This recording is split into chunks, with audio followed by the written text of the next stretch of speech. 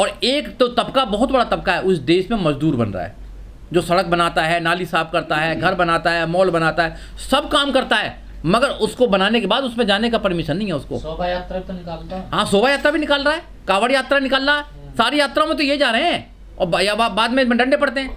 तो इन यात्राओं से दूर रहो। बाबा साहब डॉक्टर अम्बेडकर ने, मतलब सुबह सुबह 2 घंटी बजती है, जैसे होता है एक मंदिर घंटी बजती है और एक विद्यालय घंटी बनती है। आपको ये मतलब आपको अपने अंदर ये जागरूकता करनी है कि आपको कौन सी घंटी की तरफ आकर्षित होना है। आपको भैया मंदिर की घंटी की तरफ जाना है या आपको विद्यालय की घंटी की तरफ जाना है। और जो लोग विद्यालय की घंटी की तरफ जाए, जो लोग विद्यालय की तरफ गए, जो लोग एजुकेशन की तरफ गए, उन लोगों का हमेशा से मान सम्मान हुआ है, वो लोग अपनी ज़िंदगी आराम से जी रहे हैं। और जो लोग मंदिर की घंटी की तरफ गए, उनका हाल देख लीजिए, वो यात्राओं में जा रहे हैं, उनके लोगों पर मुकदमा हो रहे हैं, वो लोग जेल जा रहे हैं, मर रहे हैं, आपस में भाई भाई लड़ रहे हैं का काम कर रहे हैं। जो लोग बजरंग दल की बात करते हैं, जो लोग आरएसएस की बात करते हैं, उनके बच्चे तो कभी नहीं जाते शोभा यात्रा में, उनके बच्चे तो विदेश में अच्छा पढ़ाई कर रहे हैं, उनके लोग और उनके जो सारे जो परिवार के लोग हैं विदेश में सेटल हैं, विदेश में पढ़ रहे हैं, सब कुछ है। और उनका बाप कहता है कि शोभा यात्रा में जाओ, हिंदू खतरे में, हिंदू खतरे में, ये खतरे में, वो खतरे में। इस देश में ना तो हिंदू खतरे में, ना मुसलमान खतरे में। अगर कोई खतरे में तो इंसानियत खतरे में और संविधान खतरे में है। तो ये समझना पड़ेगा। आपके चैनल के माध्यम से मैं उन नौजवानों को कहना चाहता हूँ कि आप अगर लड़ना है, कोई यात्रा निकालनी है तो एजुकेशन के लिए यात्रा निकालिए। अगर कोई यात्रा निकालनी है तो रोजगार के लिए यात्रा निकालिए। अगर यात्रा निकालनी है तो इसलिए यात्रा निकालिए कि दलितों पर अत्याचार क्यों हो रहा है। यात्रा निकालनी है तो कानून व्यवस्था के लिए यात्रा निकालिए। अगर यात्रा निकालनी है तो अपने अधिकारों के लिए यात्रा निकालिए। और किसी यात्रा में जाने की कोई जरूरत नहीं है। बाबा साहब डॉक्टर अम्बेडकर ने आपके लिए अपने बच्चों की कुर्बानी दी है। बाबा साहब डॉक्टर अम्बेडकर ने आपके लिए अपनी पत्नी की कुर्बानी दी है।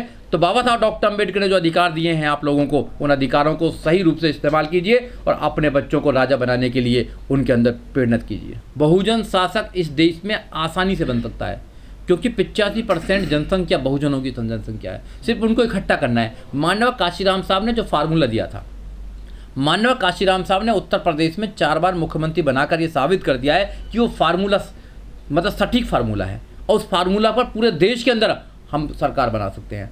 बहन कुमारी मायावती इस फार्मूला को लागू करें, बहुजन समाज पार्टी के लोग फार्मूला को लागू करें और अपना प्रधानमंत्री बनाए। जिस 85 की बात करते 75 तो बीजेपी के साथ है इसमें। बीजेपी के साथ तो पहले तो नहीं थे, बीजेपी ने ले लिए, तुम्हारे साथ भी आ सकते हैं। ऐसा नहीं कि वह परमानेंट चले गए, पहले तो नहीं थे। जब पार्टी बनी थी 84 में 2 सीट थी मात्र उनकी, आज उनकी सरकार है। तो ऐसा नहीं है, कभी कांग्रेस की सरकार हुआ करती थी, तुम्हारी सरकार क्यों नहीं हो सकती? तुम्हारी सरकार भी हो सकती है अगर तुम लोगों को अपने पास लेकर आओगे। जब तुम लोगों को अपने पास ही नहीं बैठाओगे, अपने पास बुलाओगे नहीं, अपने साथ सम्मान से उनको भागीदारी नहीं दोगे, तो कौन तुम्हारे साथ आएगा? दूसरी जगह जाएगा।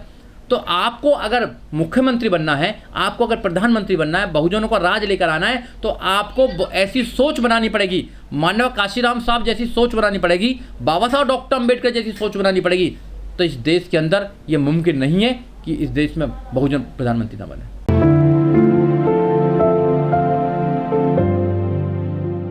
देखिए, हर चुनाव में हर पार्टी के लिए मुश्किल होती है।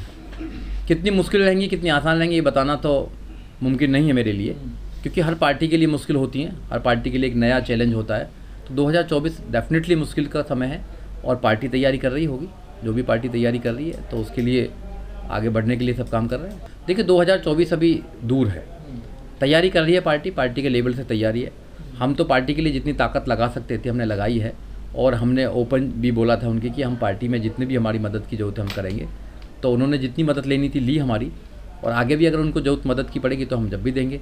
तो अब पार्टी कहाँ खड़ी है कहाँ नहीं खड़ी है तो पार्टी के लोग जानेंगे, जो पार्टी के शीर्ष नेता वो जानते हैं कि कहाँ पार्टी खड़ी है कहाँ पार्टी नहीं खड़ी है।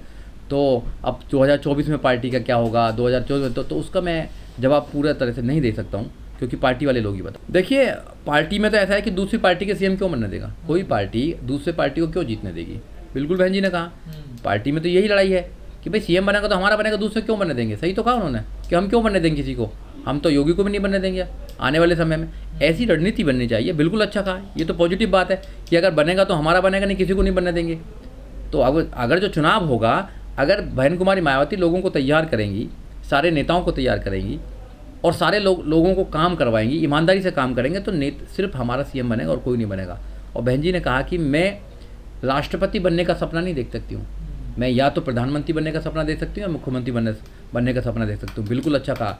पूरा देश का दलित पूरे देश का अम्बेडकरवादी, पूरे देश का गरीब, पूरे देश का किसान, पूरे देश की महिलाएं और पूरे देश के वो लोग जो अमन चैन पर विश्वास करते हैं, पूरे देश के वो लोग जो संविधान पर विश्वास करते हैं, बहन कुमारी मायावती को इस देश का प्रधानमंत्री देखना चाहते हैं। हर पार्टी का अलग अलग काम करने का तरीका है। बीजेपी का काम करने का तरीका अलग है, कांग्रेस का काम करने का तरीका अलग है, बहुजन समाज पार्टी का काम करने का तरीका अलग है। तो कौन कितनी जल्दी तैयारी करता है, कौन कितने बाद में तैयारी करता है, तो वो बड़े नेता हैं जो पार्टी चला रहे हैं वही बता पाएंगे। अब मेरे जैसा एक छोटा सा कार्यकर्ता कैसे बता पाएगा कि भैया क्या तैयारी करनी है, क्या तैयारी नहीं करनी है। हाँ, हमसे तो जितनी मदद की ज़रूरत होती है हम करते हैं, मदद करते हैं। जब भी बुलाते हैं, जब भी उनको ज़रूरत पड़ती है तो हमारा फ़ोन उठाते हैं, और जब ज़रूरत नहीं पड़ती है तो फ़ोन बंद कर लेते हैं। तो हम तो जितने भी लोग हैं, जैसे भी लोग हैं, एक्टिविस्ट लोग हैं, वो सिर्फ पार्टी के लिए, हम तो सोशल परिवर्तन के लिए, सामाजिक परिवर्तन की लड़ाई लड़ रहे हैं, हम आर्थिक मुक्ति की लड़ाई लड़ रहे हैं। उसमें बहुजन समाज पार्टी भी एक पार्ट है। अगर बहुजन समाज पार्टी सत्ता में आती है तो डेफिनेटली जो हम लड़ाई लड़ रहे हैं, जो बाबा साहब का सपना था इस देश के अंदर, जो मानव काशीराम साहब का सपना था, उसको आगे बढ़ाने के लिए डेफिनेटली वो हमारा सहयोग करेगी। नहीं, फुल टाइम लोग फुल टाइम ही राजनीति करते हैं, पार्ट टाइम कौन राजनीति कर रहा है? फुल टाइम ही करते हैं जो भी कर रहे हैं। उनको लगता है, पार्टियां तो ऐसे लगता है पार्ट टाइम करती हैं। उनको लगता होगा कि भाई ऐसे ही काम चल जाएगा तो वो चला रहे हैं काम। अब उसमें मैं क्या कमेंट्स करूँ कि उनको क्या करना है क्या नहीं करना, क्योंकि मेरे कुछ कहने से तो बदलाव होगा नहीं, और मेरे कहने से तो कोई बदलाव ज़्यादा होने वाला नहीं है। अब अगर कोई मेरे से कोई सलाह नहीं मान रहा तो मैं खामोखा सलाह देने लगूँ उसको, तो ये भी सही बात नहीं है। अगर कोई सलाह मांगेगा मेरे से कुछ, अगर मेरे से बात होंगी तो मैं बताऊंगा कि क्या करना है, क्या परिवर्तन होना चाहिए, कौन किस को लोग लेंगे। जब भी उन लोगों ने सलाह मांगी है या हमारी सहयोग की जरूरत पड़ी है तो हमने दिया है और आगे भी हम देंगे। रही बात लड़ाई की, लड़ाई हमारी सिर्फ बहुजन समाज पार्टी को सत्ता में लेके आना नहीं है। लड़ाई हमारी जो है वो सामाजिक परिवर्तन, आर्थिक मुक्ति की लड़ाई है। लड़ाई हमारे सम्मान की लड़ाई है, लड़ाई है संविधान को बचाने की लड़ाई है। तो वो सड़कों पर हमेशा चलती रहेगी, चुनाव हो या ना हो। नहीं, बिल्कुल नहीं लगता, कहाँ लगता है डर? हमने तो हमेशा कहा है, हमारी तो पहचान यही गलत को गलत कहने की वाली बात है। हम तो हमेशा ही कहते हैं, जब भी कोई गलत करता तो कहते हैं हम लोग, ऐसा नहीं कि नहीं कहते हैं। बहुजन समाज पार्टी में या किसी भी पार्टी, हमारी जो पार्टी जिसको हम सपोर्ट करते हैं, अगर गलत होता तो हम कहते हैं, बिल्कुल कहते हैं। हमने कहा कि नौजवानों की भर्ती होनी चाहिए, नौजवान आने चाहिए, नौजवान आए। बहन कुमारी मायावती ने हमारी बात को मानने का काम किया, तो पहले से ही वो कर रही हैं। 50% नौजवान आ रहे हैं। जिन जिन लोगों को हम मिलाने गए थे उन लोगों को मान सम्मान दिया, सब कुछ दिया। ऐसा नहीं कि नहीं होता है।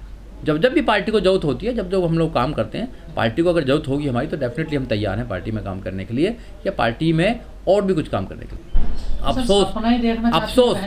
अफसोस कि उस दिशा में अच्छी तरह काम नहीं हो पा रहा है। अगर अच्छी तरह काम हो तो वो दिन दूर नहीं है कि बहन कुमारी मायावती इस देश की सबसे अच्छी प्रधानमंत्री बन सकती है। लेकिन सर, जब से बीएसपी चुनाव हारी है यूपी में बड़े पैमाने पर, दलितों पर बहुत अत्याचार होने लगे हैं उत्तर प्रदेश समेत कई राज्यों में। देखो, दलितों पर अत्याचार की अगर बात की जाए तो दलितों पर अत्याचार सिर्फ पार्टी के होने ना होने से नहीं होते हैं, एक सोच है।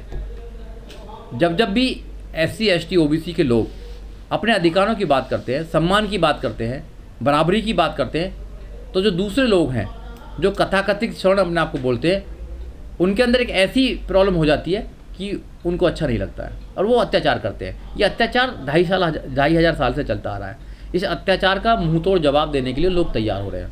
हम गांव-गांव जाकर लोगों को तैयार कर रहे हैं, लोगों को बता रहे हैं, लोगों को एडवोकेट्स बना रहे हैं, लोगों को फाइटर्स बना रहे हैं, लोगों को हम एक्टिविस्ट बना रहे हैं, और लोगों के माध्यम से घर घर तक ये मैसेज पहुंचाने का काम कर रहे हैं कि आपको बाबा साहब डॉक्टर अम्बेडकर को पढ़ना है, और जैसा बाबा साहब डॉक्टर अम्बेडकर भारत बनाना चाहते थे ऐसा भारत बनाने के लिए आपको संघर्ष करना है। तो जब तो बात बन पाएगी, फिर कोई आप पे अत्याचार नहीं करेगा, फिर आपको कोई घोड़ी से नहीं उतारेगा, फिर आपको कोई आपका शोषण नहीं करेगा, फिर गाय के नाम पर आपको कोई नहीं मारेगा।